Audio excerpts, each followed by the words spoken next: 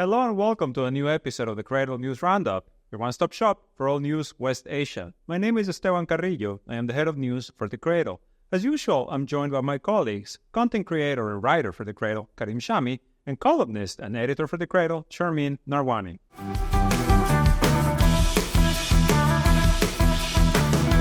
Before we start today's episode, I want to take a minute to thank everybody who has been watching our podcast and who has been subscribing and sharing our videos.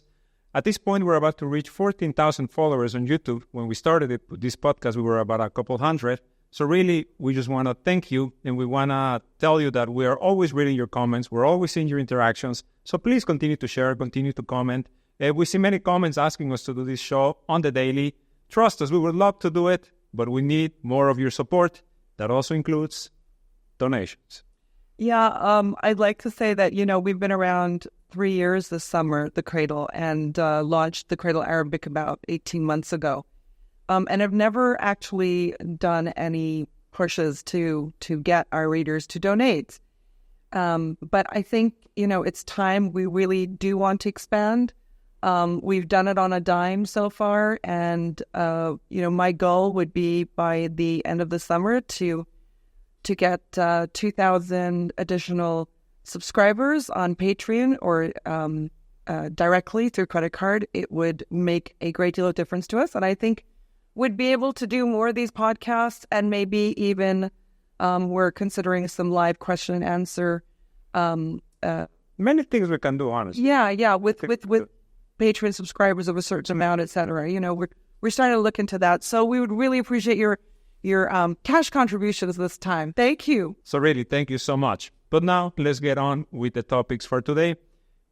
As we are recording this, it's been 2 days since the Israeli army conducted their latest massacre in Gaza, the Nuseirat massacre in central Gaza, when they rescued 4 captives and killed at least 274 Palestinians in what has been described as the bloodiest day of the genocide since in about 6 months, which I believe is when they bombed Shifa hospital the first time. And, almost 700 injured, just an absolute bloodbath, the videos, the descriptions of everything that happened. But what makes this particularly interesting is that these 2 things, really. One is that they had the support of the United States, and now we're finding out of the United Kingdom as well.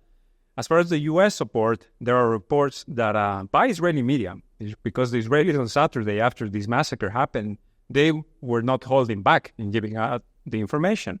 And one of the things they said is that this hostage rescue team unit from the U.S. Army that works with the FBI was involved in what happened on Saturday.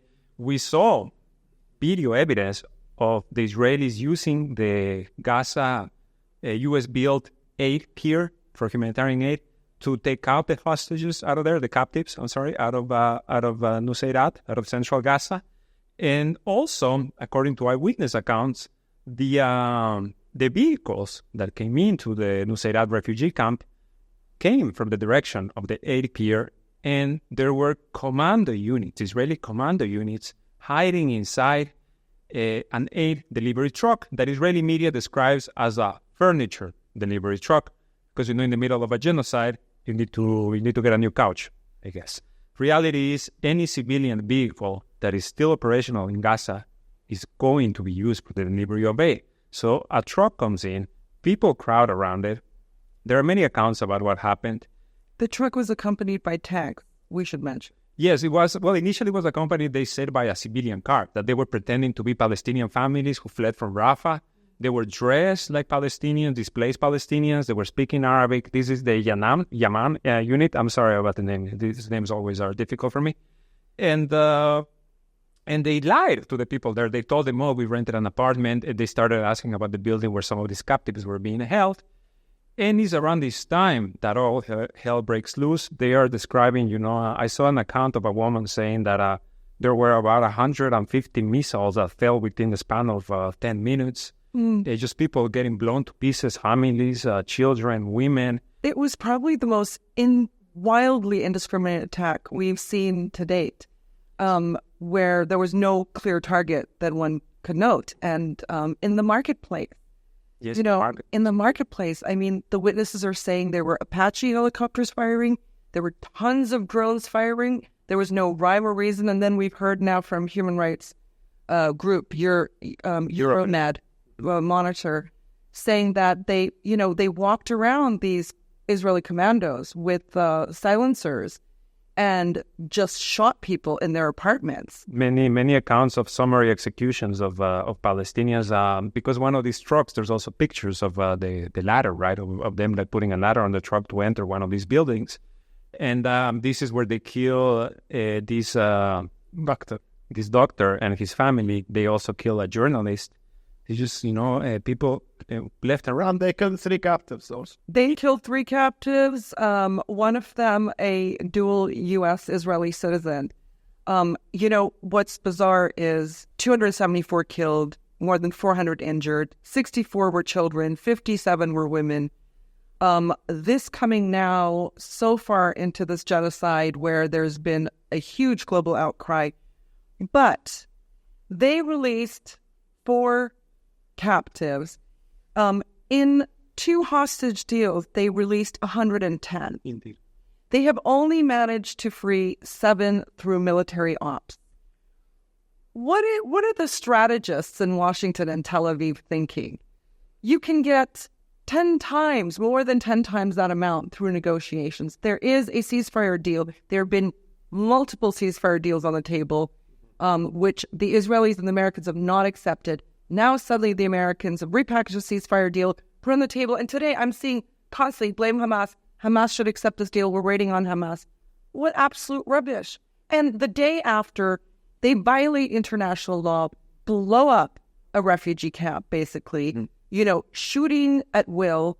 And then the U.S. comes in, what an honest mediator. The U.S. that promised Joe Biden who promised no boots on the ground.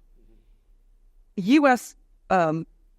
SWAT teams are involved now in not only this military operation, but we heard from the New York Times today that UK and US drones were involved in this operation. Were they the ones shooting at civilians? Well, they're saying in the report that the drones were involved in figuring out where these Israeli captives were. They describe it as a months-long operation. And, one thing that I do want to make mention of is that this operation gets launched the day after the U.S.-built pier gets reinstalled in the coast of Gaza. Because remember, a few weeks ago, it washed away, as everybody warned it would. They spent about $30 million in fixing it. They reinstalled it. And a day later, they say, humanitarian aid. We're again unloading humanitarian aid. And then this happens. And again, they launched it from, even CENTCOM in their statement denying this, right? Because CENTCOM comes out. Funnily enough, we didn't get a community note this time for reporting on reality. But CENTCOM comes out and says it was not true. We didn't do this. And they say Israeli troops use an area south of the pier, right? Then you look at the video, talk about 100 meters maximum. Yeah, where a helicopter is taking up with supposedly the captives. But I guess the U.S. didn't count on the fact that Israeli soldiers like to videotape everything and stick it on social media, because there's a videotape of the operation happening. You can see the pier from where the helicopter is. From all the places. From all the places, absolutely. Yeah, and the camp is not is close to the pier, but it's not that close to the pier. I mean, the camp is in the middle of the Gaza Strip. And also, I would like to mention that the U.S. Central Command also, they were very happy because they tweeted congratulations to the Israeli security forces and the people before Israel for the successful rescue. And this was tweeted 3-4 hours after the operation, and after everybody knew that more than 200 people were killed. One just wonders at how they're thinking, how they're calculating human life. I mean, not only did this massacre happen, showing that Israel's gotten no better, it hasn't been reined in whatsoever, but the Americans and the British are actively aiding this, violating international law by using humanitarian aid trucks,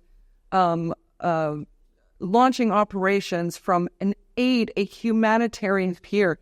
I mean, I have to say, if the Palestinian resistance or any other part of the resistance axis was worried about the optics of how it would look blowing up an aid pier, because they'd say, oh, look at these bad guys, they're blowing up an aid pier.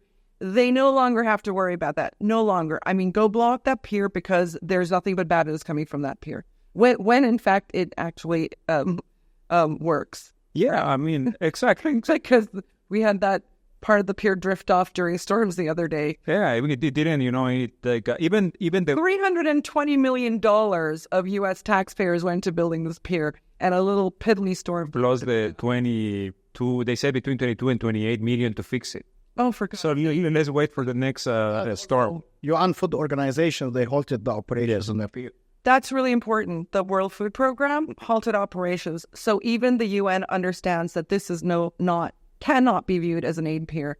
This is legitimately viewed as a military target now. Exactly. In the WFP, in their statement, they're kind of vague, really, but the timing, We understand. Cannot hide the timing. And the history of the United States, once the United States paid $320 million to aid anybody. I mean, that's a lot of food, $320 million, Yes, but even, it could have gone through one of the, say 5 border crossings into Gaza, where trucks are lined up. But now we know why. Yeah. Now we know why. Yeah, because even the location of it is so close to the Netzarim corridor, right? Which is this structure that splits the Gaza Strip in two. So just to go back to the point about all of these congratulatory messages that were coming from the West, and even from Israel, right? Because when this happened, it was just celebration. We finally have a victory. The headlines were coming, fast and hard. But then Sunday comes. Actually, no. One last thing happened on Saturday. Benny Gantz, the opposition leader, was expected to resign on Saturday. He postpones his announcement. So, jubilation in general in Israel. But that Sunday comes, and all of a sudden the rhetoric changes. The discourse changes. Even if it was slightly, it does. Because now you have Western officials, issuing other statements in saying, well, we champion, the rescue of these captives, the humanitarian, whatever words they like to use. When they like to refer to Palestinians. And then the Israelis start, I start seeing in Israeli media these headlines that are saying, essentially, was this even a victory? After 8 months, there's a lot of questioning. There's a lot of really considering what happened and was this a victory, really? There's still over 100 captives, not all of them alive. Most of them have already perished inside Gaza. What, are they going to take another 8 months to rescue another 4? By the way, about the ones perishing in Gaza, let's be clear. It's very likely that any Israeli captive who's perished in Gaza has likely been as a result of Israeli fires, because one thing we saw with the 4 captives released was they were plump, perfect, healthy looking. The young woman who gave the interview yesterday, I think, said that she got to walk outside, slightly disguised, I guess, with a headscarf, and walk on the streets, and that she got exercise in. Honestly, this sounds a lot maybe like a miscalculation from the Palestinian resistance, because by allowing this, these are, after all, prisoners of war. And everything we've seen points towards them not actually being mistreated, because they are valuable assets. The Palestinians need them. Hamas needs them. And they compare to the treatment of the Palestinian prisoners in the Teiman detention facility in Gaza. Skeletal, and have been sodomized now, we're hearing in Western news reports. Exactly. They have died because they've been sodomized in these, they describe it as a hot rod of metal that they were forced to sit on. Constant amputations because of the handcuffs and the cuffs on the legs. Not to expand too much on this, because the information is allowed there. At the Cradle, we have all of these reports. It's really horrific stuff. But yes, there is a huge difference in what you see. And then, just to finish off my point, when Sunday comes and all of this kind of starts to land on Israel, then Benny Gantz resigns. It's not like he stayed in the government. He resigned. He said this is because of the failure of the Netanyahu government to achieve total victory. He says, Netanyahu stands in the way of total victory, and he apologizes to the families of the captives, because the families of the other captives, they're even more in an uproar now, right? Like whatever happened on Saturday, it was celebrated for maybe an hour or two. They know 3 were killed. Exactly. Are those our family members?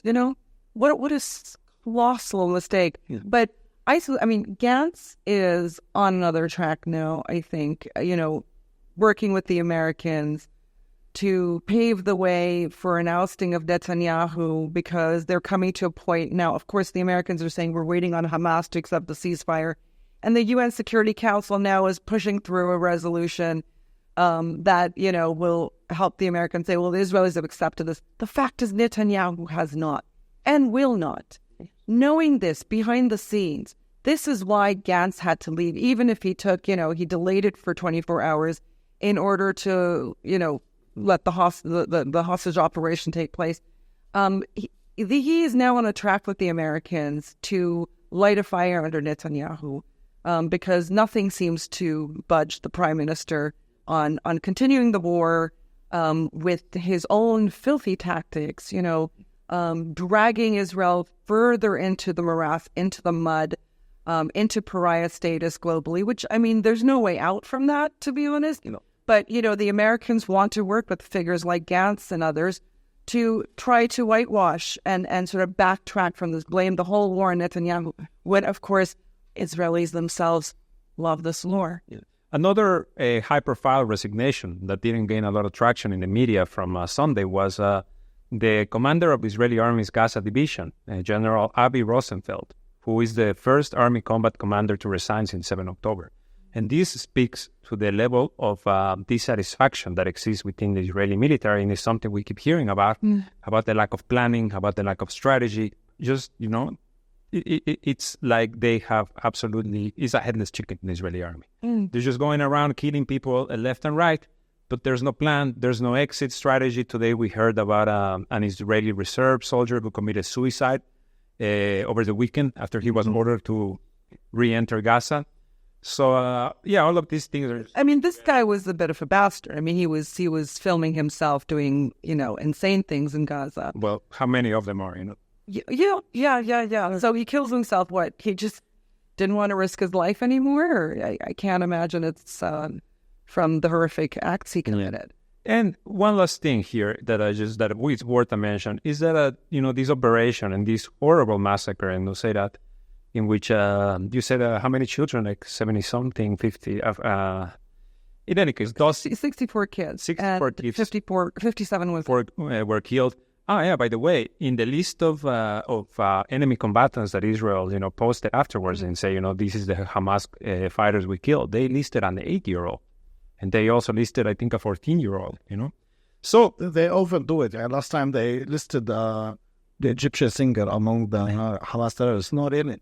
Yes. But all this women and children, obviously this is disturbing, because actually women and children, other than being viewed as vulnerable members of society who can't physically fight back, are telling, those statistics are telling, because it means a civilian population is being targeted. But it breaks my heart to think that the men don't even get a mention. These are boys and men who have nothing to do with the fight. They're carpenters and storekeepers and teachers and elderly who don't get mentioned, as though males are fair game or cannon fodder for any war without even being noted, because they're all potential militants. And this is something the United States has really helped entrench by categorizing males of military age, which is quite a broad range of, a good generation or more. To wrap this topic up, is what I want to mention is that this week the UN is expected to publish their list of their annual blacklist of countries and organizations harming children in conflict zones, and for the first time, Israel will be included in it. Now, this is a list that includes countries like Afghanistan, Congo, Iraq, Somalia, Sudan, as well as Al-Qaeda, ISIS, Al-Shabaab, Boko Haram.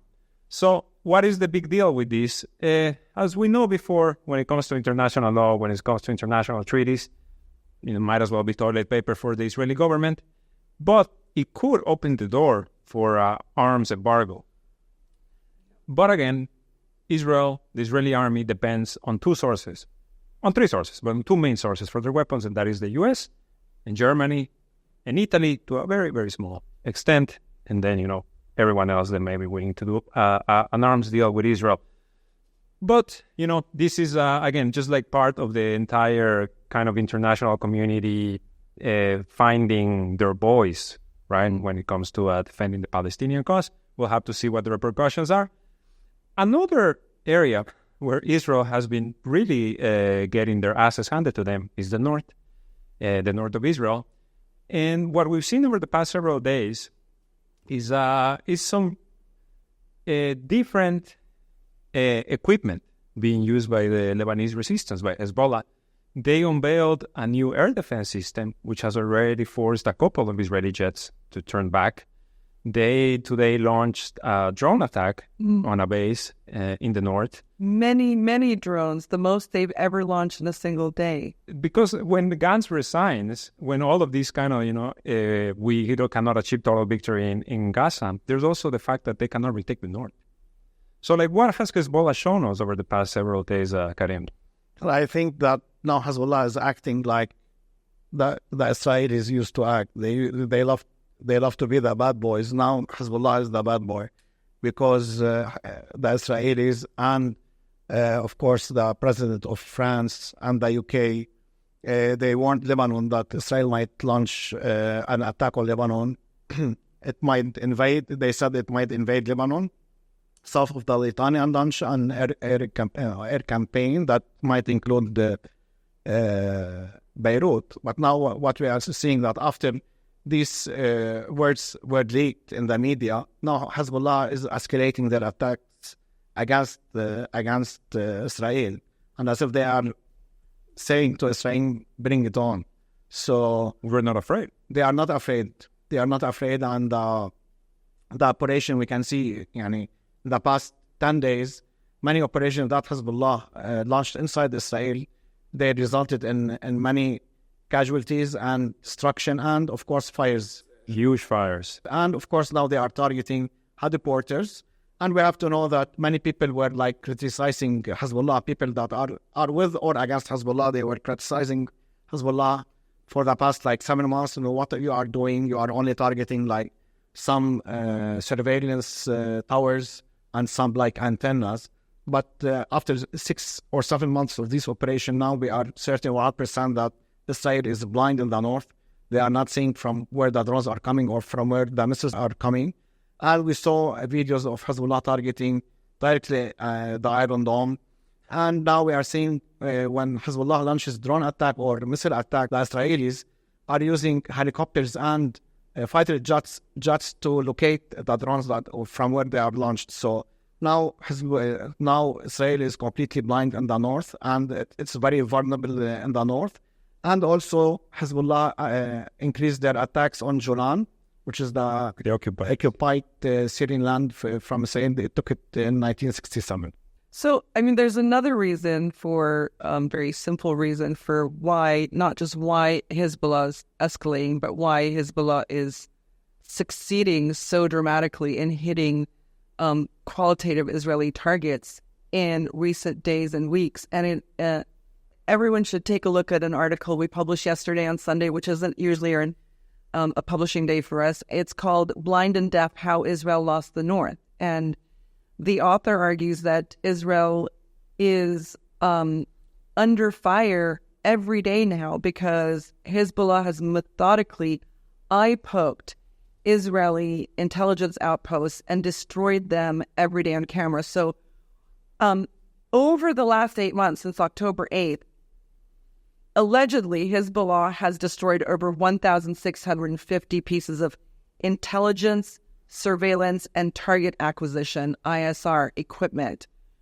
which truly means Israel, which is also another reason why Israeli forces keep moving further, or their military installations keep moving further and further away from the border, creating an even larger buffer zone inside the country, because they have lost the eyes and ears that they used to have. Because of that, Hezbollah, because they're flying deaf and blind, Hezbollah is opening bigger and bigger gaps in the occupation state's defenses. They can fire larger missiles, which they have been every day now, the kinds of stuff we only infrequently saw in the earlier months. every day now, with more frequency and deeper into Israel, striking exact targets. We're, as Karim mentioned, seeing an Iron Dome battery just go up in flames like that is incredible, because if the Iron Dome doesn't work, Israel doesn't work. It is Israel's biggest security blanket. And now, because of the depth Hezbollah has gained into Israeli territory by taking out its eyes and ears, all of these air defenses are, they've either been hit, are increasingly vulnerable, or need to be moved further away. And also, I want to mention that in the recent statements that Hezbollah released, many statements include that we hit a newly established surveillance base. So they are not even allowing Israel to establish new bases or new surveillance sites. So that's very important. The Mount Meron air surveillance base, which is one of two of Israel's biggest bases in the country, what I think was first hit when Israel launched an assassination attack on Hamas leader Saleh al-Aruri in Dahi, in the Beirut suburb. This was the beginning of Hezbollah's qualitative response because of that assassination. And now the Mount Meron base is being hit all the time. And these add up because all of Israel's systems are interconnected. Because you don't see a fireball, right, and the base going up in flames entirely, it doesn't mean that the base can operate any longer. And so everything, they're hitting exactly what they want to hit, tactically. And why take out Meron in one fireball, to be honest? Why not just keep poking at it? Showing the capabilities that we hit it once, you couldn't put up defenses. We hit it twice, you couldn't put up defenses. We hit it 6 times the next time, you still can't put up defenses. It is a tearing at Israel's military morale in a, significant way. Yes. It's because the resistance axis is quite aware that the Israeli army is a paper tiger. Yeah. And they do not, thinking from a military strategy perspective, there's absolutely no reason for them to play their cards from the beginning. They're just, incrementally. And one thing I wanted to add, which is this very candid comment from Benny Gantz, the former war cabinet minister. He visited the northern settlements a few days ago, actually. And he told the leaders of the settler councils to not complain about the present, because the future may be more problematic. It's so obvious. If you look at, we have an article analysis coming on later this week by Mohammed Swaydan, one of our columnists, and he talks about, military peaks. Like in anything, you plateau and opportunity cost, and these things, affect your capabilities and your ability to be successful on your mission. Israel has peaked. It has peaked. It has employed hundreds of thousands of active duty soldiers and reservists. It's it's activated its military on all its borders. It's gone in and massacred people to scare populations into retreat, and resistance groups into retreat. But the heat just keeps, rising on the Israelis and the Israeli military. And this is without the full capabilities of Hezbollah coming to play. Not even near. Okay, they're still giving us little sneak peeks of what they have next. That doesn't even include Iran sitting quietly on the side, having shown Israel that it can break through all of its defenses to hit the targets it actually wants, and get full surveillance of Israel's capabilities during that mission. It doesn't include the Iraqi resistance, who just sent a few missiles here and there. And of course, Yemen, Yemen, the big surprise in this battle. So Israel has peaked. Yes. What's it provoking? Why does it continue to provoke different borders? And this is what has become apparent among the U.S. leadership, because Antony Blinken is back for the 8th time on a tour of West Asia to promote the signing of this ceasefire deal that Israel has already disowned, and that Hamas has already specified that this doesn't actually call for the cessation of hostilities. He's here. He's pushing for it. And there's also the Lebanese file that Washington is very, very interested now, again, all of a sudden, because this is apparent. What you just described, Sharmin, the reality of Israel just, hitting the ceiling and cannot go any further. So we have to mention that when you peak, and every hour is lost for you because you already peaked. Because now Israel did everything it can, but now we're seeing that Hezbollah is escalating. Yemen and the Iraqis are escalating because they announced like last week their first joint operation. 3 days ago, Hezbollah tried to shoot down an F-16. This was the first time. And also today, and before we started recording, we saw that there's something burning in Haifa port. We don't know who did it.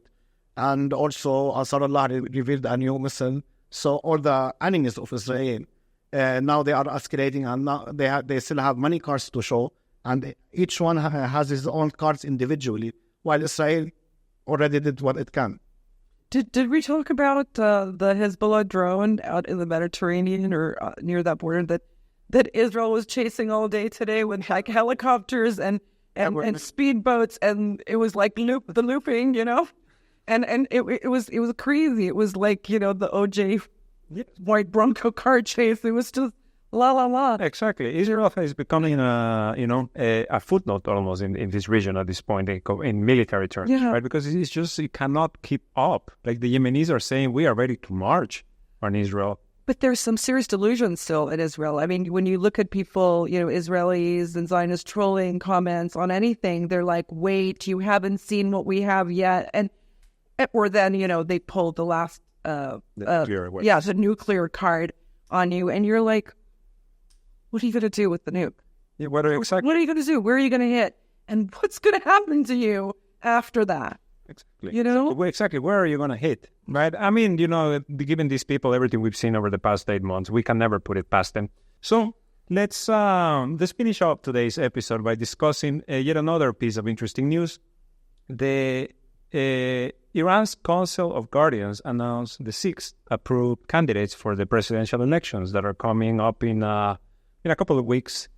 So would you mind, Sharmin, going over them? Because mainly, I do not want to butcher these names. Yeah, so we have 6 candidates out of around 80 who tossed their hat into the ring. 80 is actually not a big number. We've had past elections where we've had over 500, 600 people register to run.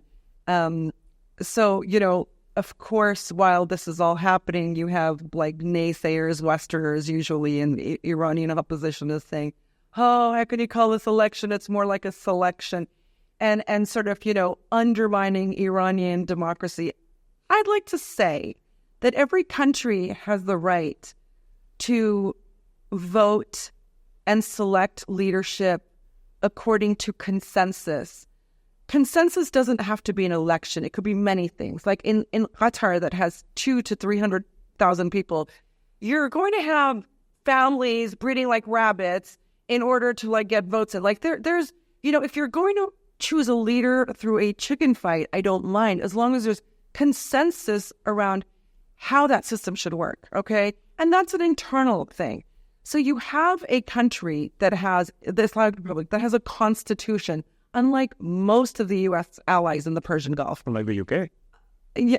Does it not? No, that's what I just recently found out, that they don't have a They're in a constitution?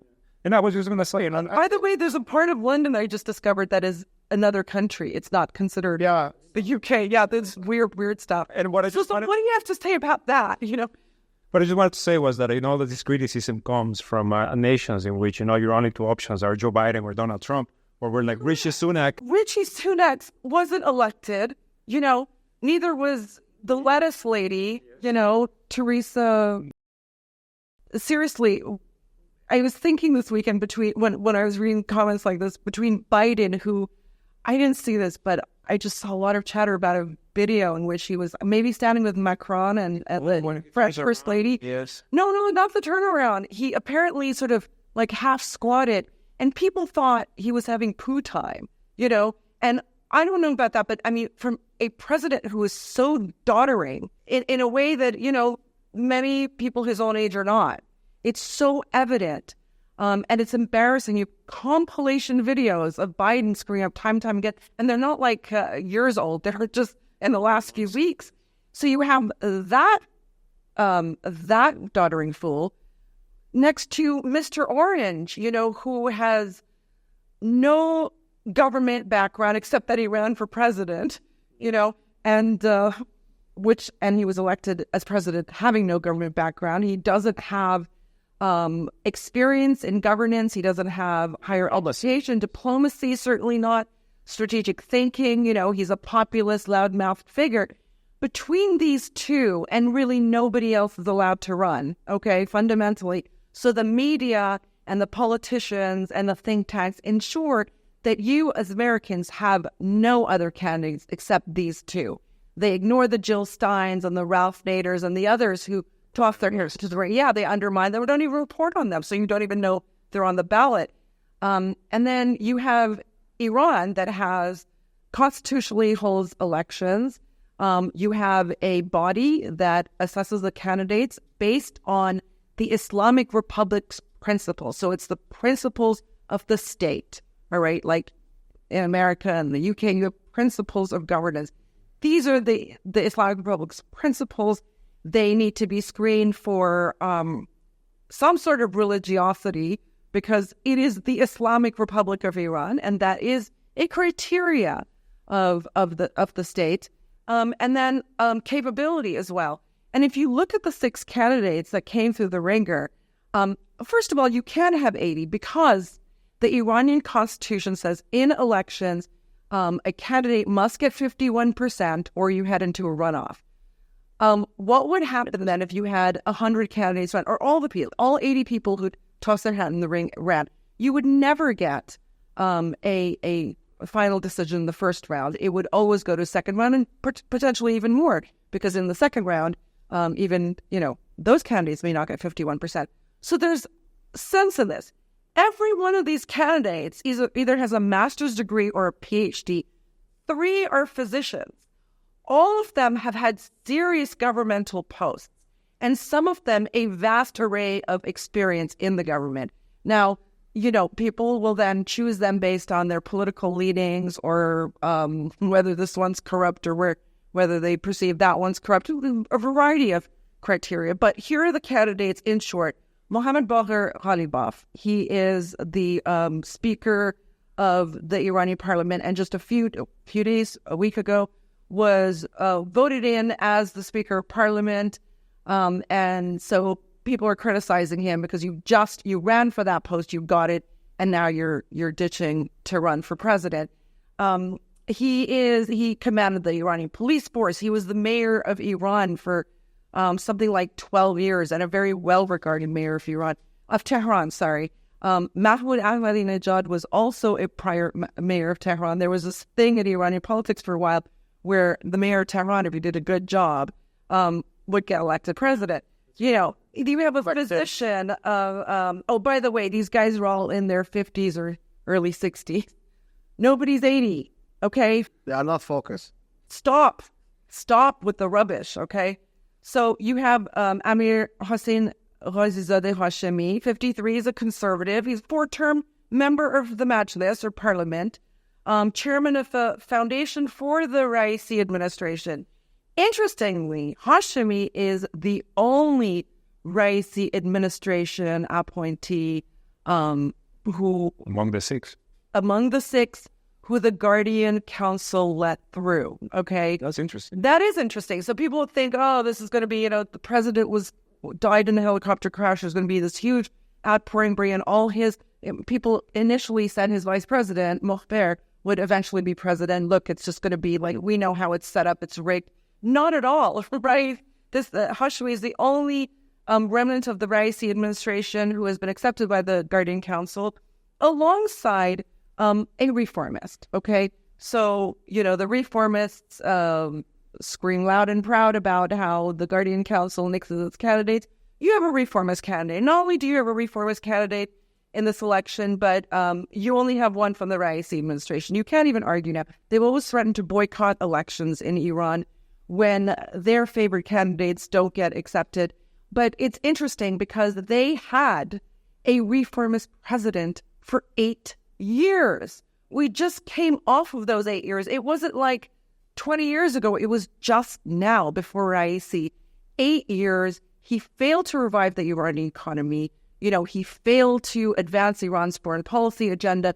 He failed miserably in the nuclear negotiations, which the leader, Ali Khamenei, had warned against, but allowed, okay?